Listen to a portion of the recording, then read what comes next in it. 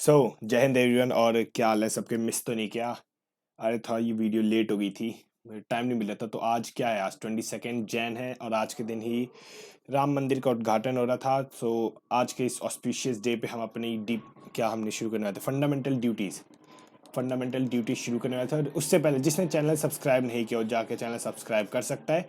और ऐसी informative videos मैं लाता रहूँगा। और हम अभी कर रहे हैं पॉलिटी की अपनी सीरीज़।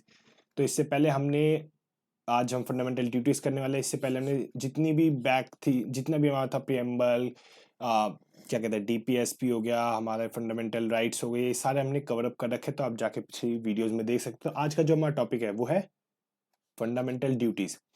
तो फंडामेंटल ड्यूटीज होती क्या है? एक टाइप से अभी हमने पढ़ा कि डीपीएसपी क्या होता है, तो उसी का एक पार्ट होता है फंडामेंटल ड्यूटी, जो कि हमारे कौन से आर्टिकल में आता है? आर्टिकल 51A के अंदर। ठीक है। अब मैंने बताया था जब भी एक कैप्स लॉक में आए मतलब कि इसे किसी न किसी मतलब वो एक्ट के तहत ऐड किया गया है। तो कौन से एक्ट के तहत इसे ऐड किया गया है, जल्दी बताओ। नहीं पता? 42nd कॉन्स्टिट्यूशनल अमेंडमेंट एक्ट के तहत, जो कि कब आया था? 1976 में। और इस टाइम पीएम कौन थी? इंदिरा गांधी। प्रेसिडेंट कौन था? फखरुद्दीन अहमद। ठीक है। ये तीन चीजें याद रखना कि पीएम इस टाइम पे कौन थी? इंदिरा गांधी। प्रेसिडेंट कौन था? फखरुद्दीन अहमद, कुछ ऐसे करके ना, फखरुद्दीन अहमद, अलीदीन अहमद, हाँ, अहमद, कुछ ऐसे, हाँ, देख लेना। ठीक है। तो यहाँ पे हमें एक तो ओवरले हो गया कि कौन से आर्टिकल या फिर कौन से आर्टिकल में आता है और कौन से अमेंडमेंट के तहत आता है। फिर जब हम बात करते हैं फंडामेंटल ड्यूटीज की, थोड़ा सा इसे ब्रीफ में डाले। यहाँ पे देखो लिखा है 42nd अमेंडमेंट के तहत आया था 1976 में, जो कि मैंने बता रखा है आर्टिकल 51A के तहत। और पार्ट 4A में आता है।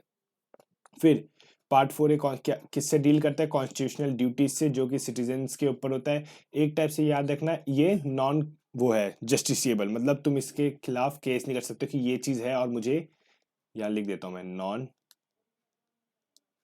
जस्टिसिएबल। अब तुम इसे कोर्ट में केस नहीं कर सकते कि ये तो आर्टिकल में मेंशन है बट मुझे ये चीजें प्रोवाइड नहीं की जा रही है, ये जो भी चीजें हैं। ठीक है, यहां तक बात क्लियर है? फिर यहाँ पे कहीं लिखा है सरना सिंह कमेटी, मैंने कहीं आगे मेंशन किया होगा। चलो हाँ ठीक है, आगे किया हुआ है मेंशन मैंने। तो ये चीज बात क्लियर होगी। और यहाँ तुम देख सकते हो आर्टिकल नंबर 51, इसके अंदर ABCDEFGHIJK, इतनी जो है, ये टोटल कितनी है? 11 फंडामेंटल ड्यूटीज है हमारी। हम एक एक करके इसे पढ़ेंगे कि इसके अंदर है क्या चीज। तो सबसे पहले याद रखना, मैंने बताया था कि 42nd कॉन्स्टिट्यूशनल अमेंडमेंट एक्ट के तहत इसे ऐड किया गया था, जो कि 1976 में आई थी। और इसके अंदर कितने फंडामेंटल राइट थे? 10 फंडामेंटल ड्यूटीज, राइट्स कह रहा हूँ, फंडामेंटल ड्यूटीज ऐड हुई थी। फिर कहोगे सर आपने पिछली वीडियो में जैसे इसमें बताया था कि 11 फंडामेंटल ड्यूटीज है, तो जो एक एक्स्ट्रा जो थी हमारी, कौन सी? ये वाली देखो, ये जो के है, ये के जो थी 86 अमेंडमेंट एक्ट के तहत कब हुआ था? ये 2002 में। 86 अमेंडमेंट एक्ट के तहत ये फंडामेंटल ड्यूटीज, मतलब 11th फंडामेंटल ड्यूटी को ऐड किया गया था, जो कि एजुकेशन से रिलेटेड है, मतलब चाइल्ड एजुकेशन से रिलेटेड है। वो हम अभी आने वाली, जो अभी मैं आगे बताने वाला हूँ, उसमें तुम्हें पता चलेगा। तो यहां तक बात क्लियर है। और एक और चीज, ये जो फंडामेंटल ड्यूटीज है किसके रिकमेंडेशन पे ऐड हुई थी? स्वर्णा सिंह कमेटी की। अब स्वर्णा सिंह कमेटी, एक बात याद रखना, ये 1976 में ही फॉर्म हुई थी। ठीक है। इस इनका कहना था कि हमें ये राइट्स जो है ये सिटीजन्स को, या ड्यूटीज जो है सिटीजन्स को देने चाहिए। और इसे हेड किसने किया? जब नाम ही स्वर्णा सिंह है तो इसे हेड भी स्वर्णा सिंह ने किया था। और उनने कहा था कि हमें 8 फंडामेंटल ड्यूटीज जो है सिटीजन को देनी चाहिए। बट अभी हमारे पास कितनी फंडामेंटल ड्यूटीज है? 11 फंडामेंटल ड्यूटीज हमें मिली हुई है एट करंट प्रेजेंट में। फिर उसके बाद यहाँ की कॉन्स्टिट्यूशन 86 अमेंडमेंट, हाँ ठीक है, 2002 में उन्होंने बता दिया प्रोवाइड अपॉर्चुनिटी फॉर एजुकेशन, ये अभी हम आगे डिस्कस करेंगे। ठीक है, वार्ड बिटवीन 6 to 60, ठीक ठीक, ये अभी डिस्कस करने वाला है। तो सबसे पहले जब हम पहली लाइन पढ़ते हैं अपने इसकी, आर्टिकल नंबर 51A की, फंडामेंटल ड्यूटीज की, it shall be the duty of every citizen of India. ये हमें स्टेट करता है कि जो भी अब हम आगे पढ़ने वाले, ये सारी की सारी क्या है, ड्यूटी है सिटीजन्स की, जो कि इंडिया में रह रहे हैं, सिटीजन जो इंडिया के हैं, नागरिक हैं, उनकी ये सारी ड्यूटीज हैं। कौन कौन सी पढ़ते हैं। पहली, to abide by the constitution and respect the ideal and new institutional national flag and national anthem.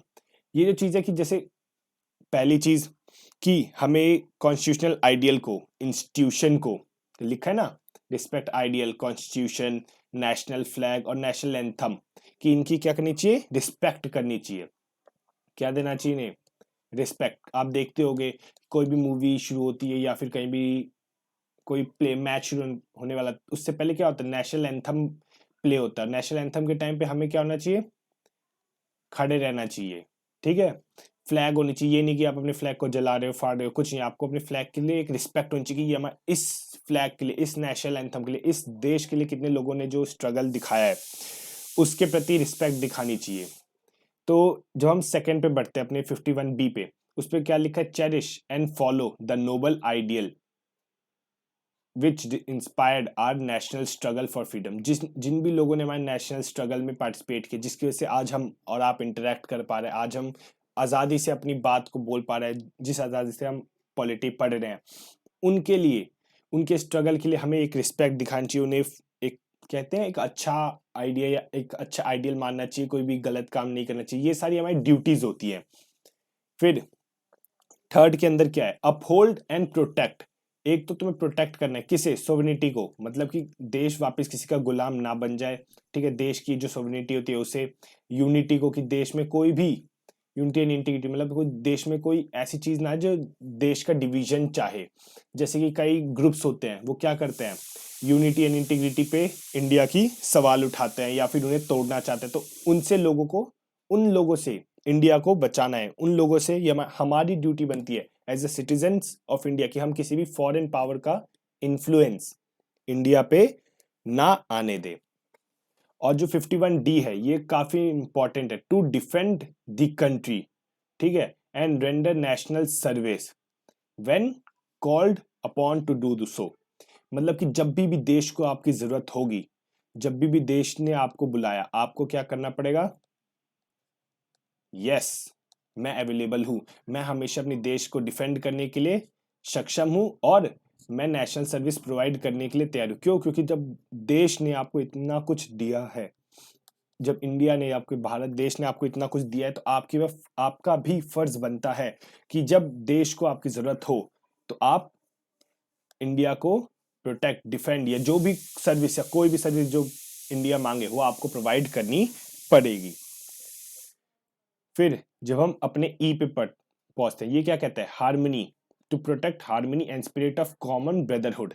Harmony मतलब शांति, ब्रदरहुड मतलब जैसे कि आप कह सकते हो फेटर्निटी, ये सब चीजें हो गई। मतलब आपको एक तो शांति बनाए रखना है, ब्रदरहुड मतलब भाईचारा मेंटेन रखना है of the people of India, मतलब इन रिस्पेक्टेड टू रिलीजन, लिंग्विस्टिक। जैसे भारत एक अलग अलग विभिन्न रिलीजन का, भाषाओं का, अलग अलग सेक्शन का एक कहते हैं ग्रुप है, तो उसमें हार्मनी मेंटेन करके रहनी है। और उसके बाद to renounce practice of derogatory. Derogatory का मतलब होता है एक्सपीरियंसिंग लैक ऑफ रिस्पेक्ट, मतलब कि एक टाइप से आपको रिस्पेक्ट देनी है, किसे, विमेंस को, उनकी डिग्निटी को रिस्पेक्ट देनी है। तो आपको एक चीज इससे क्लियर होगी कि आपको एक तो शांति बनाए रखनी है, भाईचारा मेंटेन रखना है इंडिया में सारे रिलीजन, लिंग्विस्टिक या सेक्शनल के बेस पे, और आपको विमेंस की रिस्पेक्ट करनी है, ठीक है। यहाँ तक क्लियर हो गया, यहाँ तक मुझे लगता नहीं किसी को डाउट होगा, अगर होगा तो आप कमेंट सेक्शन में पूछ सकते हैं। और उसके बाद जब हम एफ पे आते हैं, to value and preserve the rich heritage of the composite culture. मतलब कि आपको एक तो वैल्यू करनी है और प्रिजर्व करना है, किसे, रिच हेरिटेज को। जैसे कि आप कई मॉन्यूमेंट्स देखते होंगे पुराने टाइम के, या फिर यहाँ लिख देता हूँ मैं,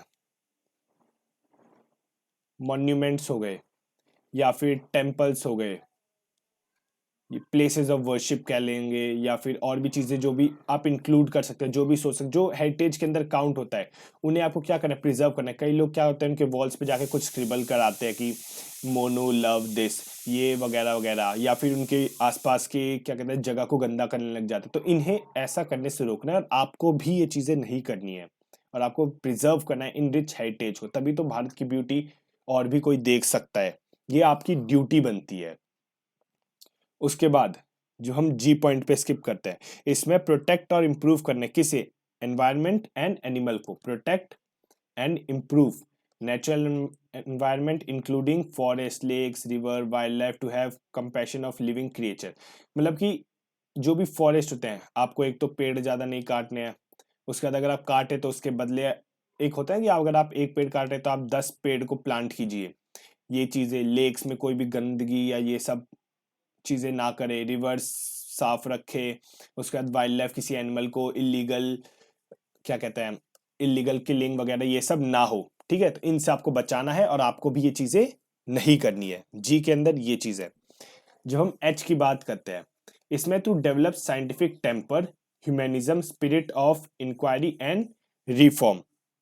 इसमें आपको ये चीज बताया कि आपको एक तो जैसे कई चीज होता है उच्च अंधविश्वास सा, उन पे भरोसा नहीं करना है, कुछ साइंटिफिक टेम्पर जिसे कहते हैं, साइंस ही सब कुछ घेर के रखती है। India is one of those countries जहाँ पे साइंस बहुत पहले से है, जहाँ पे आपको सारी इंफॉर्मेशन ना आपको पुरानी किताबों में, जैसे कोई भी जो हम आज डिस्कवरी कर रहे हैं वो आप पुरानी किताबों में अगर देखोगे, ऋग्वेदा में, इन सारी में आपको सारी चीजें मिलेंगी। तो हमारे कल्चर में साइंटिफिक टेम्पर्स, ये सारी चीजें थी, साइंटिफिक वैल्यूज ये सब थी, वो आज के टाइम पे कम होती जा रही, लोग अंधविश्वास की तरफ ज्यादा भाग रहे हैं। तो ये सब ना हो। और ह्यूमैनिज्म मतलब कि कोई ये ना हो कि भेदभाव ज्यादा करे हो, इंसान को इंसान की तरह देखा जाए। और ये सारी चीजें एच में मेंशन की गई है। आई में जो हम जाते हैं 51A के आई में, तो उसमें क्या है, टू सेफगार्ड पब्लिक प्रॉपर्टी, मतलब जो भी पब्लिक प्रॉपर्टी एंड एडजर्व वायलेंस। पब्लिक प्रॉपर्टी कैसे होगी, क्या होगी, जैसे मेट्रो हो गई, ठीक है, पार्क हो गया, रेलवे स्टेशन हो गए, रेलवे स्टेशन। ठीक है, अब कहोगे सर पब्लिक प्रॉपर्टी कैसे, ये तो यहाँ पे तो ये तो गवर्नमेंट ओन करती है, बट यहाँ पे जाते तो पब्लिक है, नॉर्मल लोग, आप मैं हम जैसे लोग ही तो यहाँ पे जाते हैं। तो जब यहाँ पे जा रहे हैं तो फिर ये हमारे लिए ही हुआ, ऑब्वियस सी बात है, पब्लिक प्रॉपर्टी। तो हमें इन्हें क्या करना है, बचाना है। ये नहीं कि पार्क में गंदगी फैला रहे हैं, पार्क में वो कुछ भी कचरा फेंक के चले गए, मेट्रो में कुछ भी हरकतें कर रहे हैं, ये सारी चीजें नहीं होनी चाहिए। और वॉयलेंस को एक टाइप से लिमिट करना चाहिए, वॉयलेंस एक टाइप से नहीं करना चाहिए इन जगहों पे। ठीक है, और फिर जब हम जे की तरफ बात करते हैं, जे में हमें बताया to strive toward excellence in all sphere, individual, collectively. और हमें क्या करना है, एक्सीलेंस की तरफ जाना है। वो 3 इडियट्स में नहीं कहता कि क्या कहते हैं, लाइन में भूल गया, कि एक्सीलेंस के पीछे भागो, वही वाली चीज है, या एक्सीलेंस के पीछे भागो, सक्सेस झक मार के पीछे आएगी, है ना, वही वाली चीज है कि तुम एक्सीलेंस की तरफ जाओ ऑल स्पेयर में। ठीक है, individual to collectively activities so that the nation constantly rise and higher level of endurance and achievement. इससे क्या होगा, अगर जैसे मान लो 5 लोग हैं, 2 3 4 5, ये बंदा एक साइंटिस्ट की तरफ बनना चाह रहा है, ये एस्ट्रोनॉट हो गया, ये लॉयर हो गया, यहाँ पे ये कोई बड़ा कुछ XYZ काम कर रहा है, या फिर ये कुछ ABC काम कर रहा है। तो क्या हुआ, अब अगर 5 लोग अलग अलग स्फीयर में जाके अपना एक्सीलेंट वर्क दिखाते हैं, तो इंडिया की जो ग्रोथ है वो ऑल स्फीयर में बढ़ेगी, है कि नहीं। तो वही चीज इसमें मेंशन किया गया है। और जब हम के की बात करते हैं, ये के वाली तो सारा फंडा था 86 कॉन्स्टिट्यूशनल अमेंडमेंट एक्ट के तहत, जो कि कब आया था, 2002 में आया था। ठीक है, उसमें ये हमारी 11th फंडामेंटल ड्यूटीज ऐड हो गई थी। याद हो 86 कॉन्स्टिट्यूशनल अमेंडमेंट एक्ट में एक और चीज ऐड हुई थी, क्या था, मैंने तुम्हें उसमें बताया था, क्या कहते हैं, जब तुमने फंडामेंटल राइट्स की वीडियो जो थी, उसमें मैंने तुम्हें एक बताया था, आर्टिकल नंबर 21 के अंदर, है ना, आर्टिकल नंबर 21A के अंदर में एक हमारी जो थी एजुकेशन, 21A, 86 में क्या एक और हुआ था 21A, वो भी क्या हुआ था, ऐड हुआ था फंडामेंटल राइट्स में। उसमें भी क्या था, एजुकेशन से रिलेटेड था, 6 to 14 के बच्चों के लिए, ना 6 साल से लेके 14 के बच्चों के लिए। तो यहाँ पे भी वही है, हु इज अ पेरेंट और guardian to provide opportunity of education to children as the case of many be ward between the age. हाँ, 6 से लेके 14 साल के बच्चों को ये पेरेंट्स की जिम्मेदारी बनती है कि उन्हें क्या प्रोवाइड किया जाए, एजुकेशन प्रोवाइड की जाए, या उन्हें एजुकेशन दी जाए। कौन से बच्चों के लिए, जो 6 साल से लेके 14 साल के बच्चे हैं, उन्हें प्रोवाइड की जाए। ये किसकी जिम्मेदारी? पेरेंट्स और गार्जियन की। जब आप कभी पेरेंट्स बनोगे, आपके पेरेंट्स होंगे, तो ये उनकी जिम्मेदारी बनती है। बट आप ये नहीं कह सकते अगर कोई कह रहा है कि मेरे पेरेंट्स मुझे पढ़ा नहीं पाए, तो ये उनकी गलती नहीं है, क्योंकि ये फंडामेंटल ड्यूटीज है। ठीक है, ये राइट नहीं है के वाला कि आप कहोगे सर ये तो मेरे फंडामेंटल ड्यूटीज में लिखा था, मैं जाके इसे कोर्ट में केस करूंगा। ऐसा नहीं कर सकते आप। क्यों? क्योंकि ये पहले बता रखा है, ये नॉन जस्टिसिएबल है। ठीक है, यहां तक हमारी फंडामेंटल ड्यूटीज खत्म हो जाती है। इसके बाद कुछ फंडामेंटल ड्यूटीज है नहीं, बस यही है। बस आप याद कर लेना कि इसके अंदर क्या क्या है। कई बार ऑप्शन आ जाता है कि इन पांचों में से कौन सा फंडामेंटल ड्यूटी नहीं है, या फिर इन चारों में से कौन सा फंडामेंटल ड्यूटी नहीं है। 86 कॉन्स्टिट्यूशनल अमेंडमेंट एक्ट के तहत कौन सी फंडामेंटल ड्यूटीज आई थी? सोना सिंह कमेटी के बारे में पूछ लेते हैं। और क्या पूछ लेते हैं? हाँ, जस्टिसेबल है कि नहीं है। बाकी ये भी आ जाता है कि इस टाइम पे प्रेसिडेंट या फिर प्राइम मिनिस्टर कौन थी। तो ये सारा का सारा हमने फंडामेंटल ड्यूटीज खत्म कर ली। और जिसने मेरा चैनल सब्सक्राइब नहीं किया है वो चैनल सब्सक्राइब कर सकता है। ओह, पेन चला गया। हाँ, जिसने चैनल सब्सक्राइब नहीं किया वो चैनल सब्सक्राइब कर सकता है। ऐसी इंफॉर्मेटिव वीडियो मैं डालता रहूंगा। और हमारे यहाँ पे फंडामेंटल ड्यूटीज खत्म हो गया। अगली वीडियो जो आएगी वो हमारी आएगी किसके ऊपर? प्रेसिडेंट के ऊपर। प्रेसिडेंट के ऊपर नेक्स्ट वीडियो आएगी। नेक्स्ट वीडियो जो कि हमारे एग्जीक्यूटिव के अंदर आएगा। प्रेसिडेंट, वाइस प्रेसिडेंट के पावर, इन सब के बारे में हम एक एक करके डिटेल में पढ़ेंगे। तो अभी के लिए इतना ही। जय हिंद और मुस्कुराते रहिए।